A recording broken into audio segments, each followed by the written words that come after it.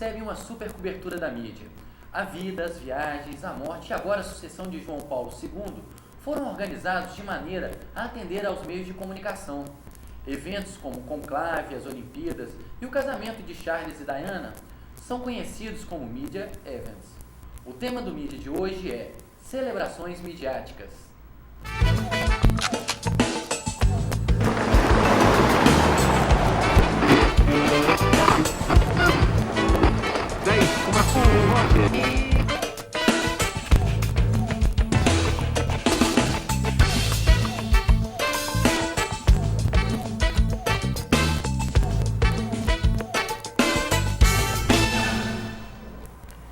Boa noite. O Mídia de hoje tem como tema celebrações midiáticas. Para conversarmos sobre o assunto, estamos recebendo a professora de publicidade da FAESA e pesquisadora sobre Media Events, Janaína Leite, e o coordenador do curso de Ciências da Religião da FAESA, o professor Vitor Rosa.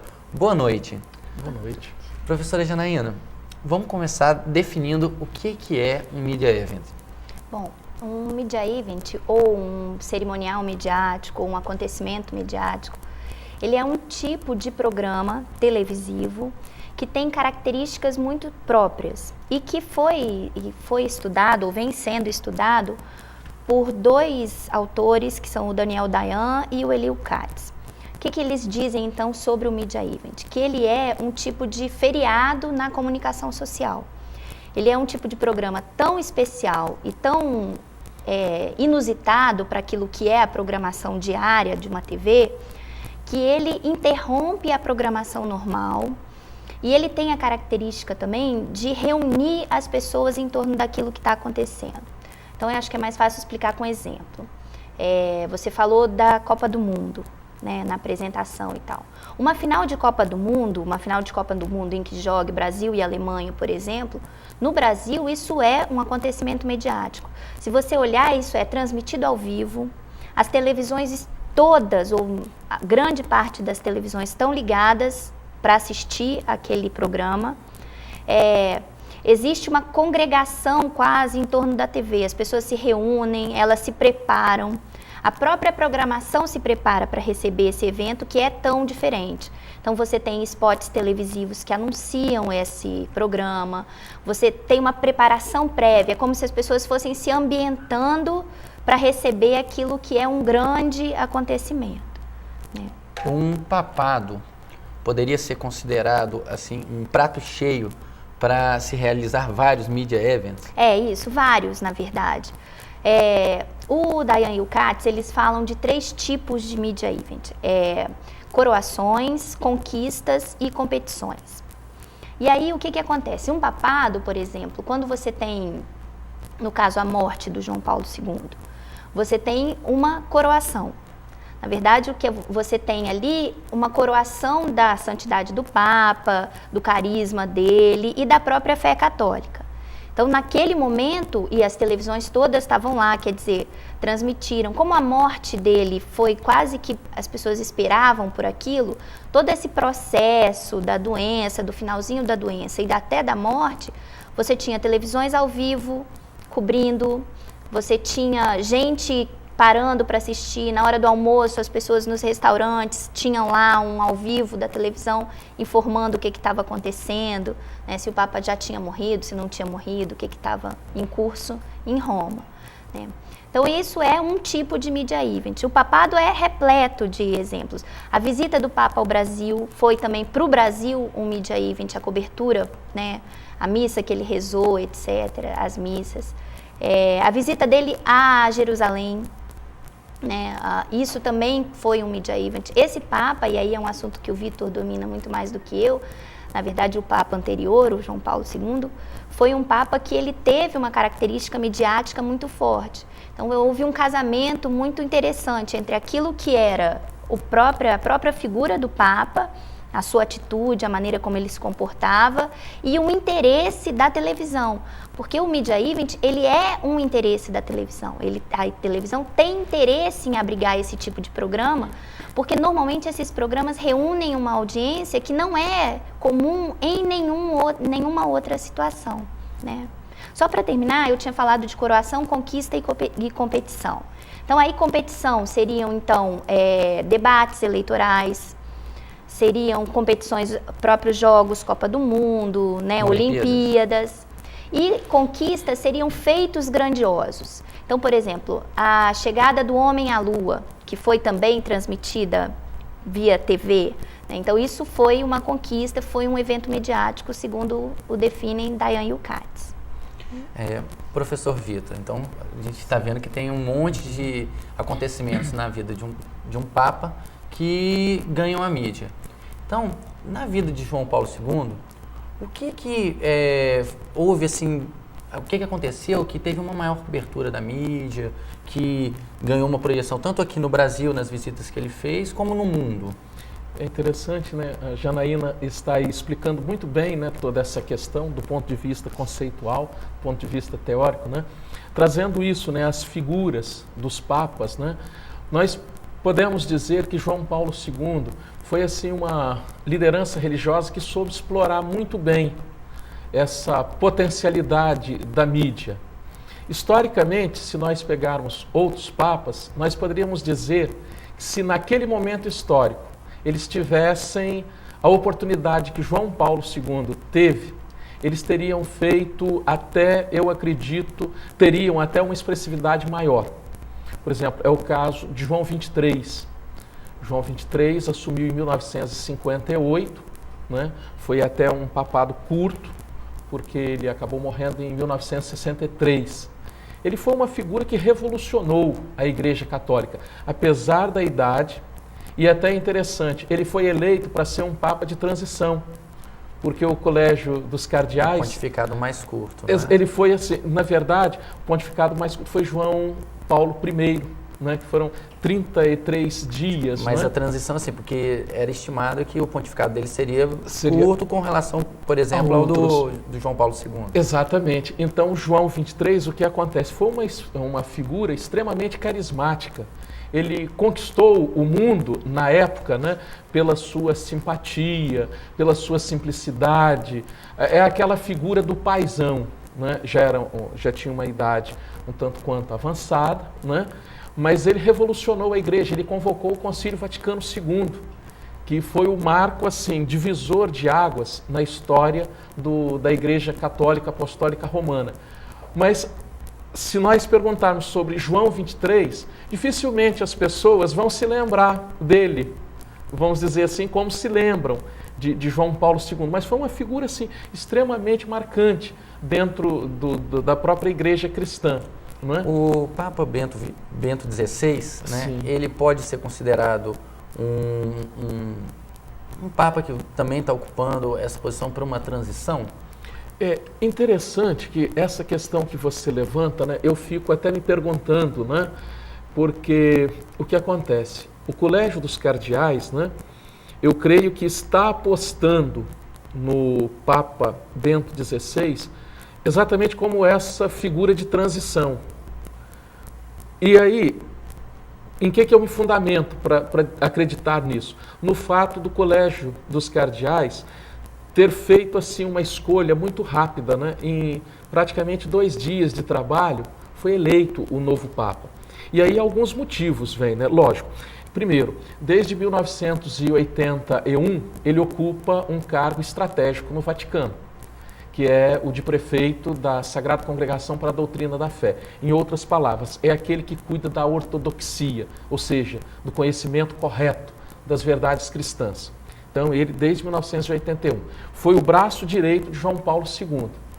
Conhece a máquina vaticana, né, a cúria romana, de uma forma fantástica. Então, os cardeais pensaram, olha, é um nome de consenso, vamos dizer assim, um homem que tem toda a capacidade, né? E aí entra essa questão, né? Que aí eu me reporto até uma análise de um outro colega nosso, né, do professor Edgar Rebouças, né, levantando a própria formação acadêmica do Papa Bento XVI. Um homem que tem um domínio muito grande na área da questão das línguas, fala fluentemente 10 línguas, foi professor universitário, tem muitas obras escritas, né, no campo da teologia, foi assessor no Concílio Vaticano II. Enfim, é uma figura que traz, né, toda essa carga. Né? E eu acredito que ele poderá seguir essa linha de João Paulo II, de aproveitar a mídia exatamente para se projetar. Né? E ele tocou em alguns pontos interessantes, que aí eu peço até a Janaína para comentar depois. Ele já começou a tocar em pontos polêmicos, como, por exemplo, nesse a questão... sábado agora, né, primeiro sábado depois da sua eleição, ele se reuniu com jornalistas do mundo. Sim. E se colocou à disposição e afirmou, né, que ele estava disposto e queria continuar a ter essa relação. Ele se reuniu, parece que com 4 mil jornalistas, né? Falou exclusivamente aos jornalistas. Aos jornalistas. Exatamente. E é até interessante que ele já começou, e isso está sendo explorado pela mídia, não é? Essa questão dele tocar em pontos polêmicos, como, por exemplo, e agora? Quem é divorciado vai poder ou não comungar? Aí cria-se, não, havia um projeto que estava engavetado no Vaticano. Aí começa a criar aquelas histórias, né, de bastidores muito interessantes. Então, isso aí acaba rendendo, faz com que ele permaneça, né, presente. Né? Agora, olha só, o Vitor estava falando dessa questão do conclave e da eleição do Bento XVI, né? Como que um acontecimento mediático também, ele migra de uma categoria a outra. Então, aquilo que começou como uma coroação do Papa morto, na verdade, no momento do conclave, vira uma competição. É coberto como uma competição. E aí saiu logo durante o conclave uma charge do Amarildo na Gazeta, que é genial, que mostra exatamente isso, que é o conclave acontecendo na televisão e um brasileiro de camisa brasileira, bandeira brasileira na mão, para assistir.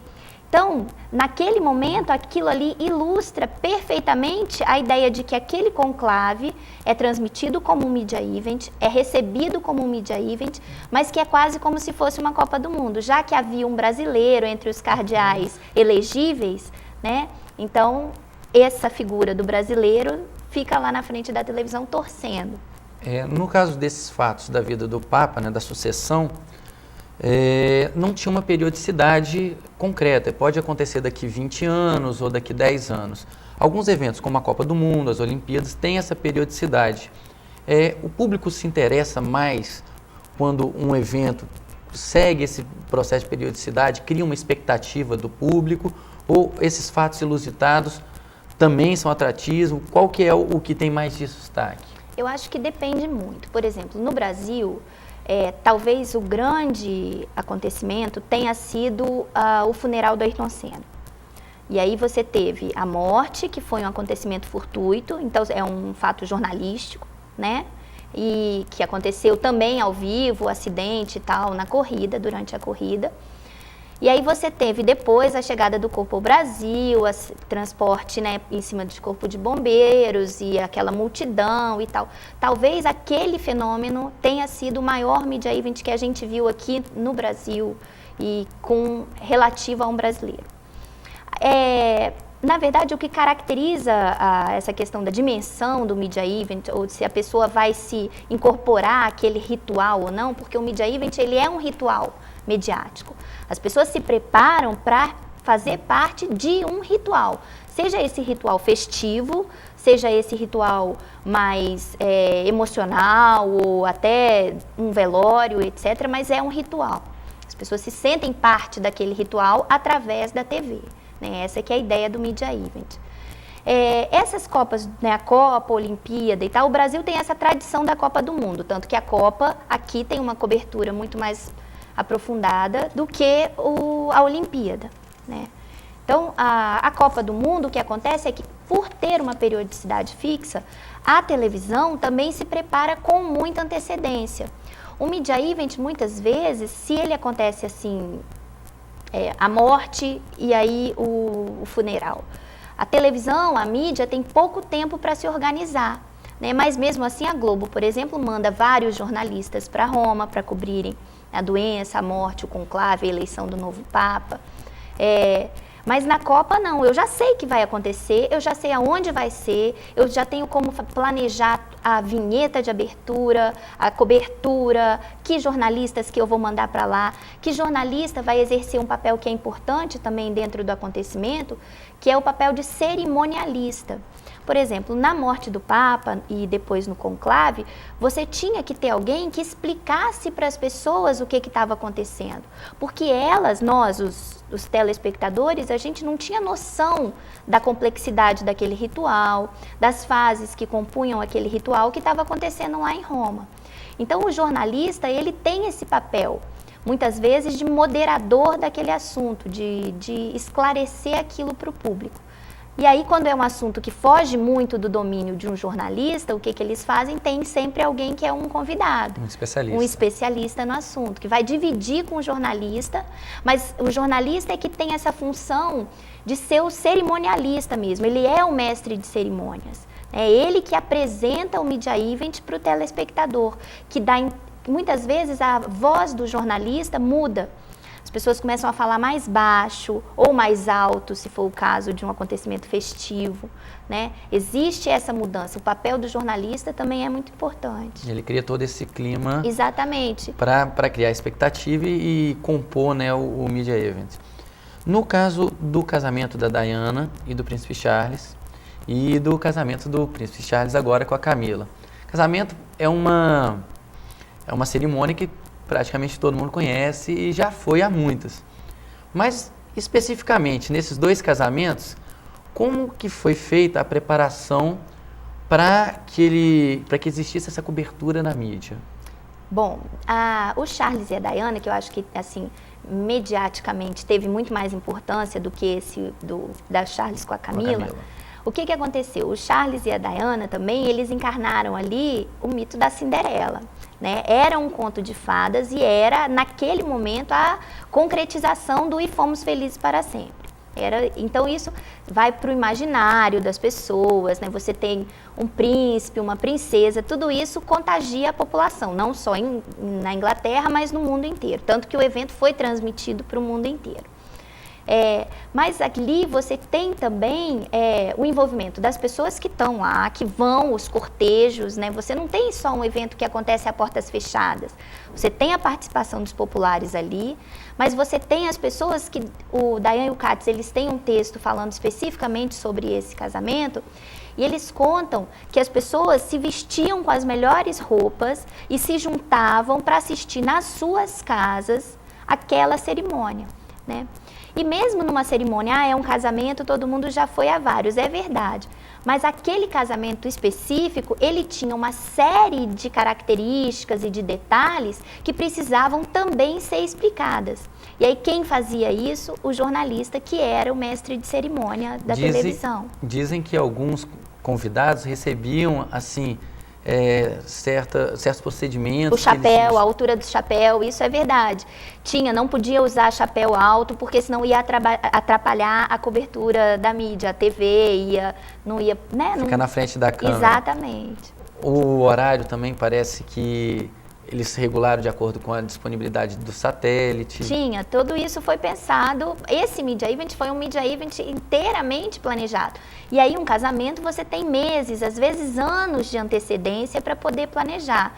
Então você faz antes, todas essas questões técnicas são pensadas e são acordadas entre quem realiza a cerimônia, no caso ali entre a família real, né, a emissora, a TV, e muitas vezes você tem ainda um outro participante, que é o público, que tem sempre menos poder, que é aquele que vai receber.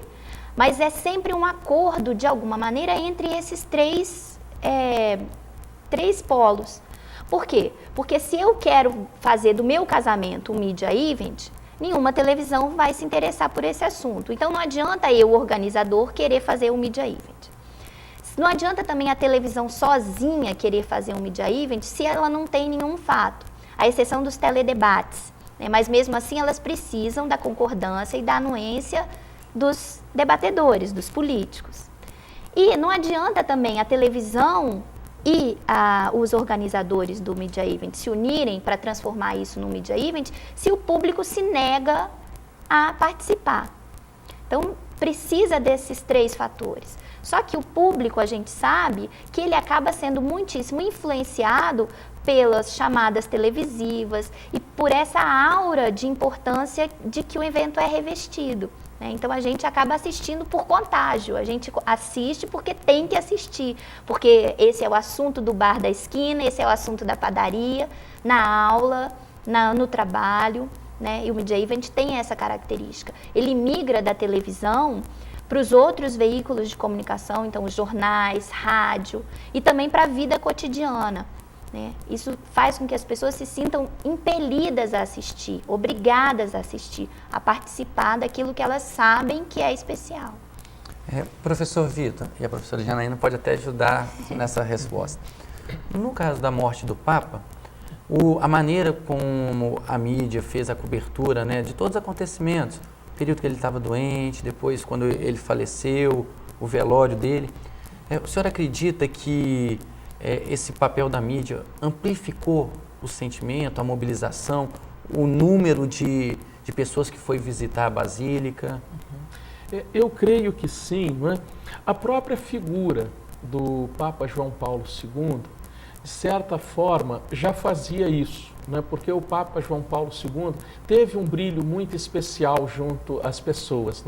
Então, ele é uma pessoa assim, muito comunicativa, e acabou cativando. Desde o início, em suas primeiras aparições, e em suas viagens, primeiro ele transpareceu assim, aquela imagem de um Papa que jovem ainda, tinha menos de 60 anos quando foi eleito, então um Papa jovem, atleta, e que praticava esportes, e mesmo depois de eleito Papa, continuou praticando esportes. Então a gente via essa figura, Depois os próprios gestos dele, nos momentos das visitas, ele chegava no país e fazia questão de beijar o solo daquele país, E aqui no Brasil, inclusive, quando ele voltou uma segunda vez, ele quebrou até o protocolo, porque ele só beijava o solo do país a primeira vez. Quando ele retornou ao Brasil, ele beijou novamente o solo. Então, isso tudo acaba atraindo. Então, primeiro, essa figura, o Papa. É até interessante da gente verificar. O cardeal Ratzinger era uma figura escondida dentro da Cúria Romana. Ninguém conhecia o cardeal Ratzinger, a não ser, assim, os próprios membros da hierarquia católica. Ou um pouco quando, na década de 80, ele assumiu o papel de inquisidor e começou a silenciar os teólogos ligados à teologia da libertação. Mas o que aconteceu? Era aquela figura apagada. De repente, quando anunciaram, Habemus Papam, é o cardeal Ratzinger. Pronto, imediatamente ele já deixou de ser o cardeal Ratzinger, é o Papa Bento XVI. Então, imediatamente, quando ele aparece, algumas pessoas têm até uma foto num dos jornais, uma pessoa assim, chorando, aquele misto assim de choro, de lágrimas e sorriso, e gritando, é o Papa, é o Papa. O Ratzinger aparecia sempre, mas agora ele já não é mais o Ratzinger, ou Josef Ratzinger, é o Papa Bento XVI. Então, a própria função Papa já é revestida de uma certa questão de mística. Então as pessoas se aproximam do diferente, do sagrado, do transcendental. E João Paulo II, voltando agora ao João Paulo II, ele já tinha isso e ainda ele tinha esses gestos de carinho, ele abraçava as crianças. Quando ele visitava os países, ele fazia questão de treinar bastante a língua, e falava até alguma coisa de improviso, como aqui no Brasil, se Deus é brasileiro, o Papa é carioca. Então isso acaba se aproximando das pessoas. E nesse momento final da vida dele, ele começou a ser visto como quase que com um martírio, aquele sofrimento. Imaginem, aquele velhinho, sofrido, doente, se arrastando, que não consegue mais falar. E aí a gente pode contar com o apoio de Janaína para ver aquelas imagens, Janaína? Dele tentando articular alguma coisa e captam, e aquela foto sai estampada em vários jornais, do Papa quase que querendo gritar, mas assim, aquele grito que a gente não sabe se é uma expressão de voz ou de dor, né? Então, isso é interessante, né? Então, ele passou a chamar a atenção do mundo pelo sofrimento, mas aquele que não deixa a sua missão, né? Que conduz até o momento, né? Mesmo com todo o sofrimento, né? Bom, professora Janaína, nós vimos que em muitos eventos assim, midiáticos, está ligado diretamente a uma celebridade, a um chefe de Estado, a um atleta. É possível que um evento midiático se prenda apenas à figura da pessoa? No caso, por exemplo, estamos recebendo um Papa. Independente de qual Papa seja, dependendo do que ele vai fazer, só a figura dele já serve para criar esse evento? Às vezes sim, no caso do Papa especificamente, isso é muito claro, né? Quer dizer, a visita dele ao Brasil foi um acontecimento mediático. As televisões andaram atrás dele o tempo inteiro, o momento que ele rezou a missa lá no Maracanãzinho, o que foi? Isso. Né? Foi transmitida e aquilo, mas muitas vezes isso se dá também com outras pessoas, caso do funeral do Ayrton Senna, né? Você tem a posse do Lula, também foi um media event, você teve lá o impeachment do Collor. O impeachment do Collor também foi um media event. Você tem uma conjunção de fatores, você tem transmissão ao vivo, de quase todas as emissoras, às vezes, né? Por exemplo, alguns eventos, tipo Copa do Mundo, você tem a compra de direitos, mas outros são eventos que são livres. Então, mais de uma emissora transmite aquilo muitas vezes, a pessoa muda de canal e ela está vendo a mesma coisa, né? No caso da posse do Lula, ou no caso do impeachment do Collor também, as pessoas tinham a noção clara de que assistir aquilo era fundamental para que elas se sentissem parte da história do país delas. E isso é uma coisa que o acontecimento mediático traz também. Eu não estou lá, eu não posso estar presente, eu não fui a Brasília, mas assistir pela televisão é quase como estar lá. Substitui essa presença física, muitas vezes, quando o acontecimento é bem sucedido. E essa história sempre rodando em torno, às vezes, de alguns personagens chaves. Às vezes não são os personagens. Quando você tem, por exemplo, disputas entre times, Copa do Mundo, você tem 2 times, né? 11 para cada lado, 22 mais o juiz e etc e tal. Você não tem ali uma pessoa só. Né? Você tem um media event criado em torno de um acontecimento esportivo.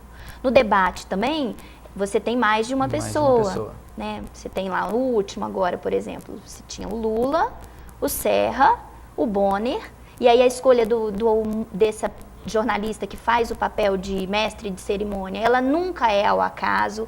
É sempre alguém que tenha a cara da emissora, que tenha credibilidade, que seja capaz de transferir ainda mais importância para esse acontecimento, né? Não vai ser o repórter de rua que vai ser o moderador do debate, né? Vai ser alguém que tem essa história e essa importância dentro da própria emissora. Para criar o evento. Bom, vamos dar uma pausa e voltamos em seguida com a professora Janaína Leite e o professor Vitor Rosa, tratando do tema celebrações midiáticas.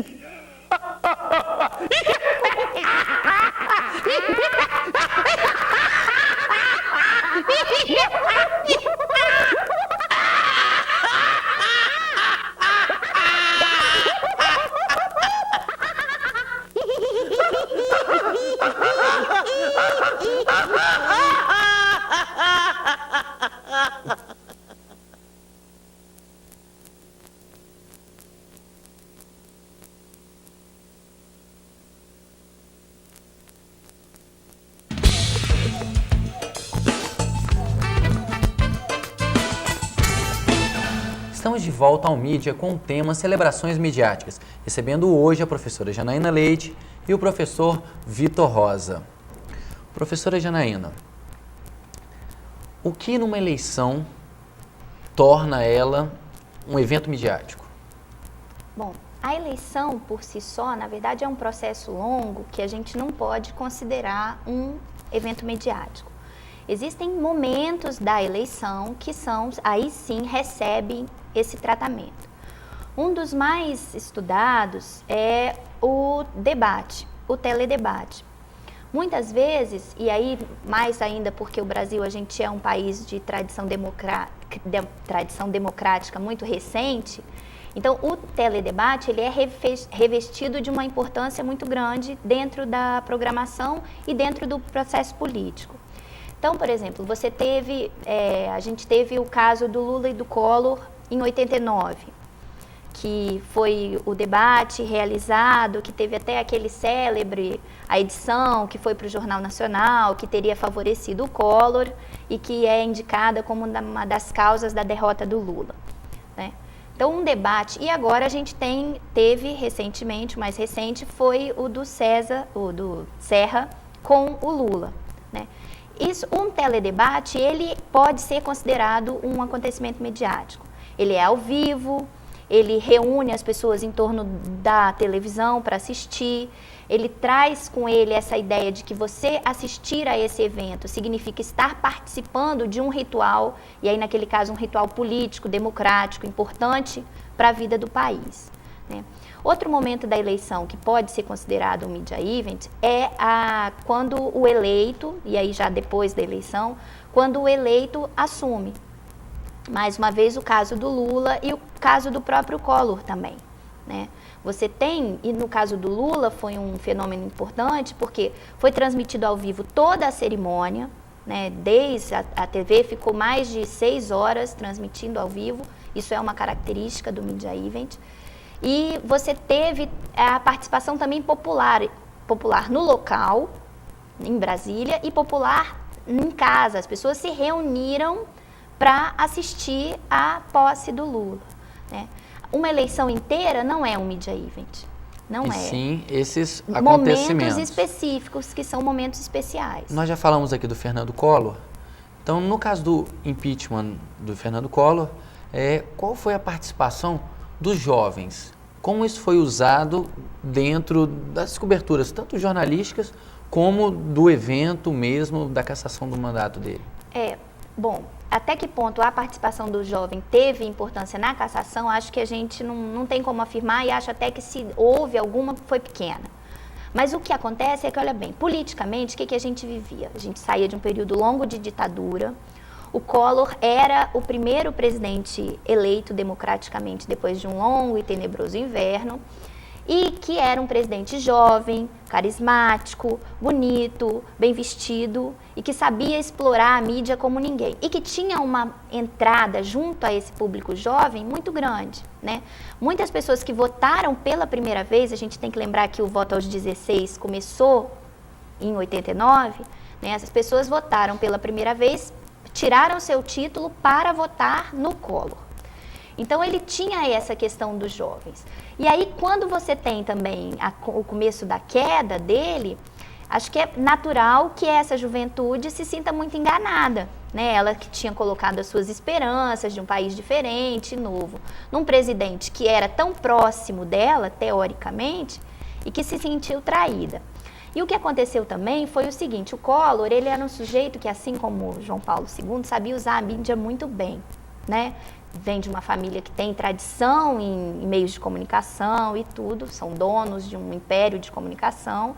E ele é um sujeito extremamente carismático, que fala muito bem, que usa essa questão do tom de voz que sobe e desce, né? Que consegue envolver as pessoas.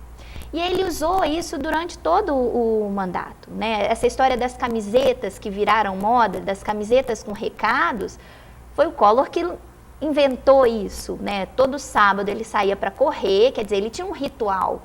Ele saía para correr sábado da casa da Dinda e cada sábado ele usava uma camiseta diferente, com uma mensagem diferente para um setor diferente da população, né? Ele tinha esse domínio do que era a comunicação. Só que aí ele foi para a televisão, às vésperas do impeachment, para pedir o apoio dessa população que tinha votado nele, que o tinha eleito. E aí essa população, em vez, né, pediu, não, vamos todos sair de verde e amarelo. E aí essa população que estava se sentindo traída, especificamente os jovens, foi para a rua de preto, né?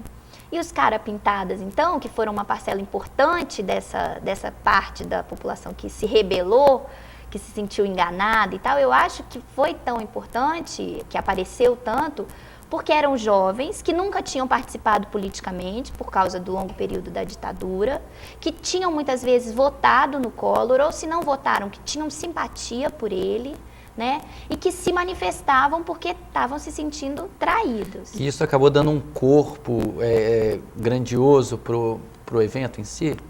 Para todo o processo do impeachment? Isso. Eu acho que sim, porque se você tem uma juventude que é considerada apolítica, né, que no Brasil a gente vê e as críticas que se fazem, que jovem não gosta de política, que jovem se mantém à parte, que jovem não lê, que jovem não sabe o que está acontecendo, isso é crítica fácil na boca de um monte de gente.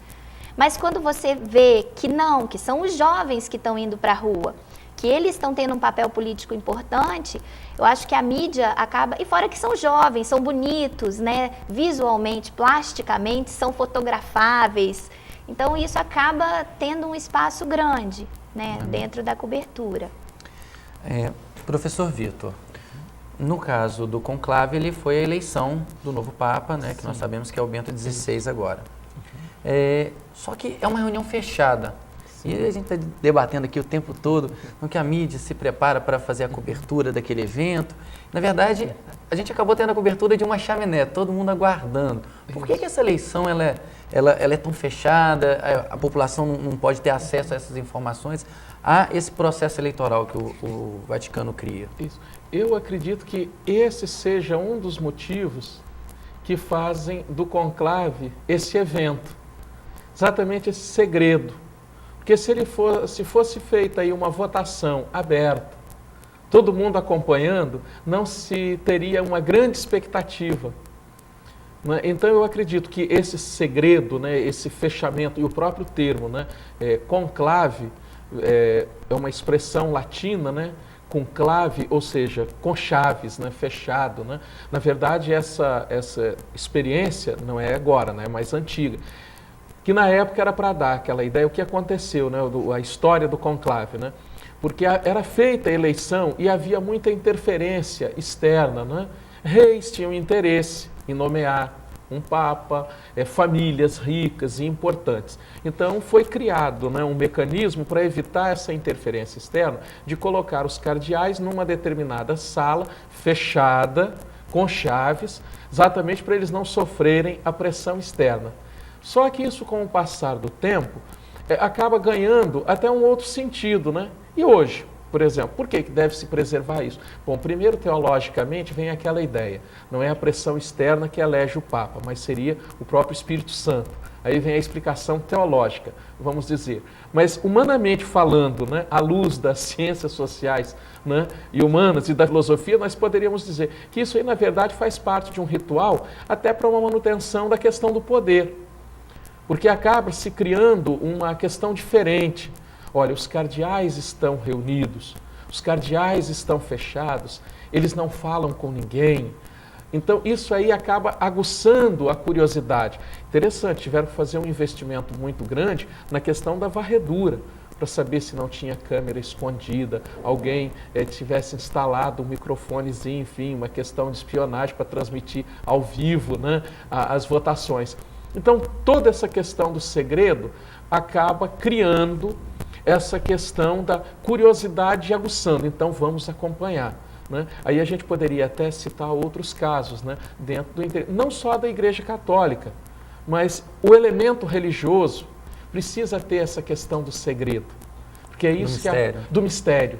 Então você chega num mosteiro budista, também da mesma forma, é todo um ritual. E assim a gente poderia colocar, né, o elemento religioso, se não estiver acompanhado do mistério, ele acaba perdendo a graça, vamos dizer assim. E eu acredito que é isso que faz com que seja transformado, né, nesse grande evento que todos querem acompanhar. Né?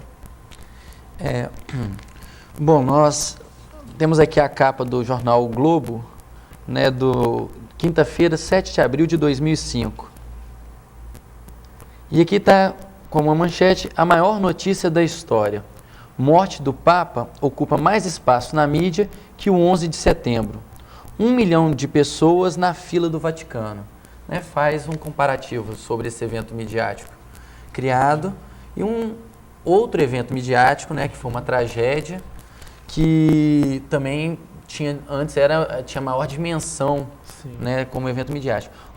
11 de setembro de 2001. Uma terça-feira que vai marcar a história da humanidade. A maior potência do planeta é alvejada pelo terror. World Trade Center, Nova York. No mais importante centro financeiro do mundo, uma torre queima depois de ser atingida por um avião. Enquanto o incêndio avança no arranha-céu, um segundo avião é jogado contra a torre vizinha. E em menos de 2 horas, 2 dos prédios mais altos do mundo se desfazem numa montanha de poeira e fumaça. Na cidade sede do poder americano, outra aeronave despenca sobre o Pentágono, o centro de inteligência militar. E mais um Boeing cai na Pensilvânia. O planeta em alerta geral. Chefes de Estado condenam o banho de sangue. E reforçam a segurança nas fronteiras. Bolsas de valores e moedas internacionais são abaladas pelos atentados. Nos territórios ocupados por Israel, palestinos comemoram a maior ofensiva terrorista de todos os tempos. E na madrugada, no mundo árabe, explosões. Mísseis riscam o céu de Cabul, a capital do Afeganistão. O Jornal Nacional mostra a análise de especialistas sobre as consequências dos ataques. O depoimento dos brasileiros que testemunharam a tragédia. O apoio oficial aos que estão nos Estados Unidos. O dia em que os americanos experimentaram o horror de uma grande guerra. O Jornal Nacional está começando agora. Como que foi feita a cobertura dessa tragédia, professora? Pois é, o 11 de setembro, na verdade, ele começa como um acidente, quer dizer, ele começa jornalístico, né? Ele começa como, bom, um avião bateu num prédio, e aí um acidente, e as pessoas interrompem a sua programação e entra aquela musiquinha do plantão da Globo e as programações todas e tal, para dizerem o que estava acontecendo. O que se sucedeu é que acabou transformando aquilo num acontecimento midiático, né, que foi o choque do outro avião, e aí a expectativa de que houvesse mais coisas ainda para acontecer fez com que a cobertura daquele acontecimento se estendesse, né?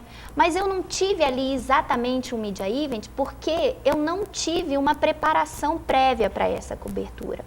E uma das questões fundamentais para eu caracterizar um acontecimento como midiático é que eu tenha preparado não só a emissora, a programação, mas também a própria audiência para aquilo que ela vai ver. Né? Ela pode até não saber como as coisas vão correr exatamente, mas ela sabe que ela está vendo alguma coisa especial. Disseram isso para ela, ela se preparou para receber esse acontecimento.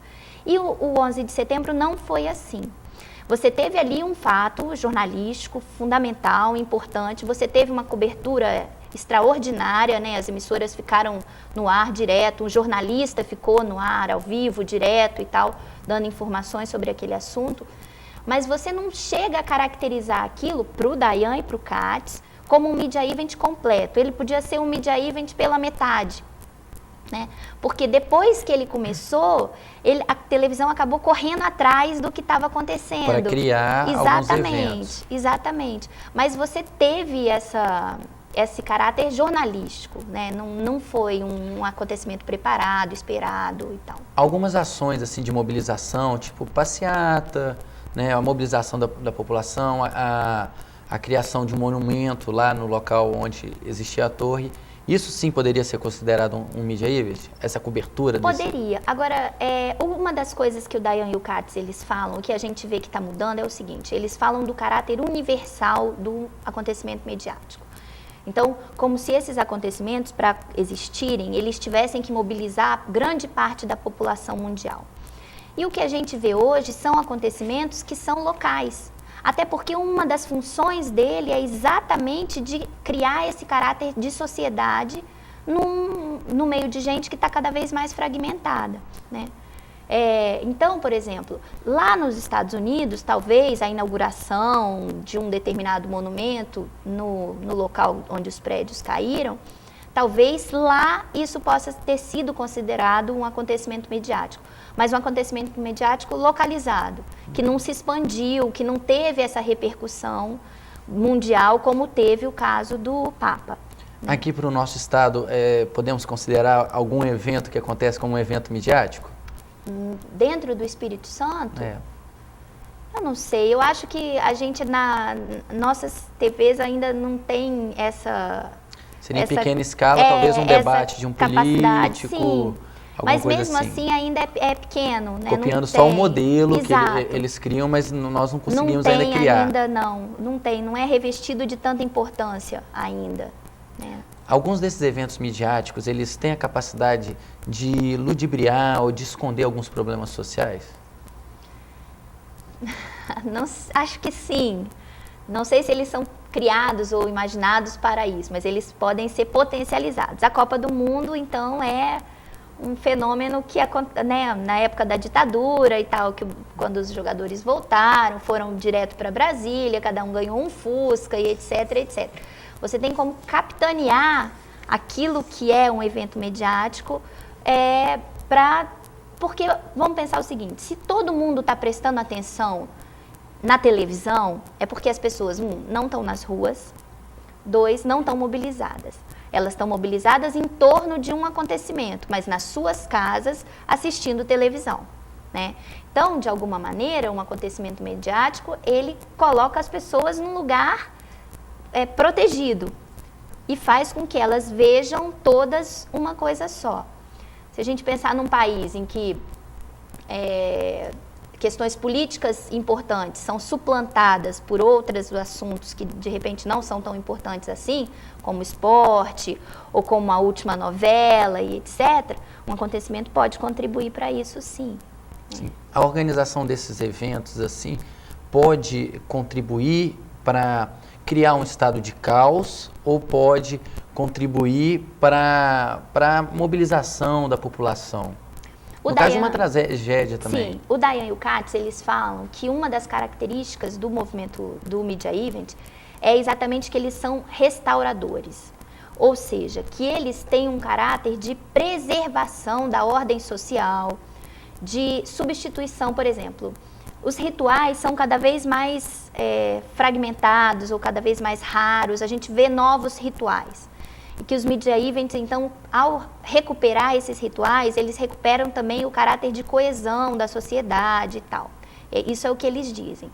Nesse sentido, eles são muito mais restauradores e pacificadores do que panfletários ou revolucionários, né? Eles são pela ordem social, na maioria das vezes. Até porque você tem a mídia envolvida. E a mídia dificilmente é revolucionária, né? Você tem... A mídia ela é muito mais pró-dominantes do que pró-revolução. Então, você tem que ter a participação da mídia, senão você não tem um acontecimento midiático, né? A televisão tem que se comprometer com esse acontecimento. Então, será que a Rede Globo ia se comprometer com um acontecimento que fosse revolucionário? Provavelmente não. Provavelmente não.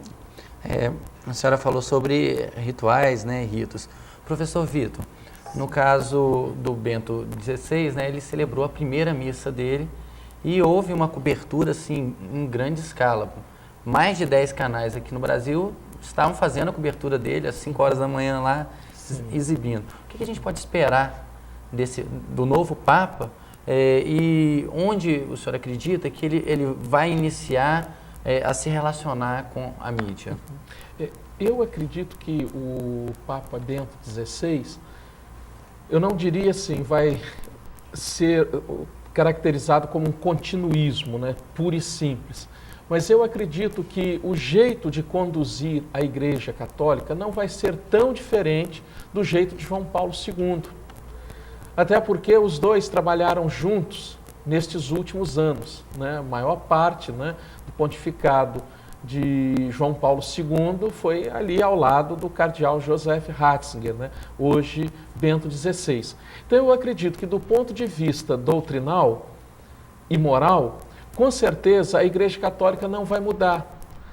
apesar das pessoas, né, estarem comentando que grandes mudanças irão acontecer. Uma pressão, né? Uma pressão, exatamente. Eu acredito que não, até porque o Ratzinger, historicamente, tem assumido essa postura que nós já vimos em João Paulo II, do ponto de vista doutrinal, do ponto de vista moral, ser um indivíduo extremamente conservador, até no sentido positivo do termo, né? Quando eu falo que Bento XVI é um indivíduo conservador, não significa que eu esteja tentando denegrir a sua imagem. Pelo contrário, ele acredita que a doutrina católica precisa ser preservada, né, e conservada. Então, eu acredito que, nesse sentido, ele vai dar continuidade àquilo que João Paulo II vinha fazendo. Em função de quê? Porque ele e João Paulo II sempre trabalharam juntos, né? E ele dava esse suporte ao Papa João Paulo II, né, como prefeito da congregação, né, para a doutrina da fé. Então, eu acredito que haverá uma continuidade nesse sentido, não haverá uma mudança significativa. Em relação à questão de lidar com a mídia, é um tanto até difícil, né? Porque João Paulo II, exatamente, é aquela figura assim, carismática, aquele brilho, né? O cardeal Ratzinger é um teólogo,